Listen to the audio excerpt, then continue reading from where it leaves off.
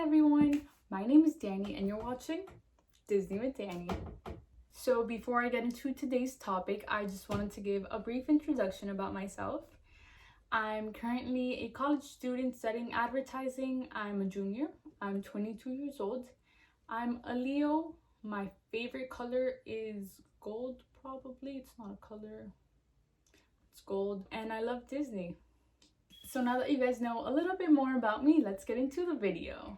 So for today's topic, we're talking about something that I have always thought really defines a person, and that is your favorite rides from the Walt Disney World parks ranked. Just to mention that the Walt Disney World parks do include Magic Kingdom, Animal Kingdom, Epcot, and my personal favorite, Hollywood Studios.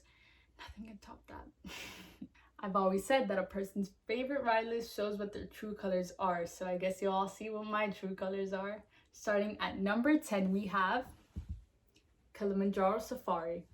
Honestly, this ride is amazing. I love being able to see all the live animals. The only downside is, the only reason it didn't make it higher up is because if you don't have a fast pass and you go in the summer, the heat is completely unbearable. I do not recommend. Definitely not a favorite, but apart from that, it's so much fun. They have the little guides on the top of the trucks that you're able to see all the animals you might see on your safari. Your safari guide is so fun and so nice, and it's just always a great time to be able to see the animals, take cute pictures of them, and yeah. At number 9, we have Splash Mountain. This ride has gone through quite a bit of controversy in the past few months, and the origins of the ride are something that I honestly didn't even know about before. I'm glad to be educated about it now, but I guess from the childhood innocent not knowing where it truly came from standpoint, that has always been one of my favorite classic rides at Disney. I love the drop. Getting wet is, as I grew older, it's not that fun anymore. But it was one of those rides that really marked my childhood growing up. So every time we went to the parks, I was always hoping we would get a fast pass to Splash Mountain. At number 8, we have Mount Everest. Honestly, Mount Everest was a lot more intense than I imagined before I first rode it. When I was a kid and we would go to Animal Kingdom, I would always be too scared to go on it because I thought it was too intense. And then I went on it and I was like, yeah, it's way more intense than I even thought it was. It's a lot of fun, and the Yeti part is super, super fun, especially when it goes backwards and everything. It just is really intense. I love the thrill, but sometimes it is a lot. I can't go on it 2 times in a row. My stomach does not handle that. At number 7, we have a favorite and a classic, Soarin'. There is nothing better than being able to hear that classic Soarin' song and being able to be lifted off the ground and have your little feet dangling. Although the ride is a little outdated, it's just such a nostalgic feeling being able to go on that ride when they spray you with the smells and they splash you with the water, and you just get to see like all of the world, the different landmarks that there are, ending in the Epcot Ball and Tinkerbell and everything. It was always just such a fun time to be on that ride. At number 6, we have my favorite ride in Magic Kingdom, which is Jungle Cruise. I know, weird favorite ride to have there, but it's honestly the bad jokes that get to me. Every single time they say one of those bad jokes, I can't help but actually laugh and follow along with their jokes and play right into it. I love going with people who've never been on it before just to see their reaction to the bad jokes. That's my true friendship test. If they find it funny, then I know we can be friends. At number 5, we have a pretty recent ride introduced to Walt Disney World, which is Slinky Dog Dash. Slinky Dog Dash is not super big on thrill, but it's so cute and it's so fun. The way the whole theming of the land is done. Definitely my favorite part in Slinky Dog Dash is when they stop you and then there's like these lights and it's like 1, 2, 3, go. That's definitely my favorite part. I ride it all the time just to see that, just that one little part. That's definitely my favorite.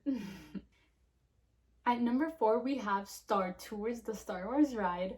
That ride is definitely one of my must-dos at Hollywood Studios. If you go, you definitely have to go on this ride. I'm a huge Star Wars fan, even though I haven't seen the movies. Guilty as charged. I've been wanting to though. So Star Tours is so unique just because it has 384 different combinations that you can see when you ride. They have different introductions, middle parts, and endings, and all of them feature different story arcs and different guests, and it's just super cool because you never know where you're gonna find each and every time. At number 3, we have Millennium Falcon Smuggler's Run. This ride is so immersive and so cool. It's one of Disney's newest rides, located at Hollywood Studios at Star Wars Galaxy's Edge. And the whole ride, it's basically just you trying to navigate the Millennium Falcon through a different obstacle. And there's 6 people designated per ride. So there's going to be 2 pilots, 2 engineers, and 2 shooters. And everyone has to press a certain button that they're supposed to at every time. And if they don't do it in the correct way, they have a bad flight, and it reflects on your ride and the way everything plays out. The funny thing is that the cast members that are helping with the ride, their grading will be determined by how well or how poorly you do on the ride. So that's definitely something to keep in mind when you go. At number 2, we have one of Animal Kingdom's most popular rides, Avatar Flight of Passage. This ride is unlike any other single ride I've ridden at the Walt Disney World Company. It is so immersive. Its technology is so ahead.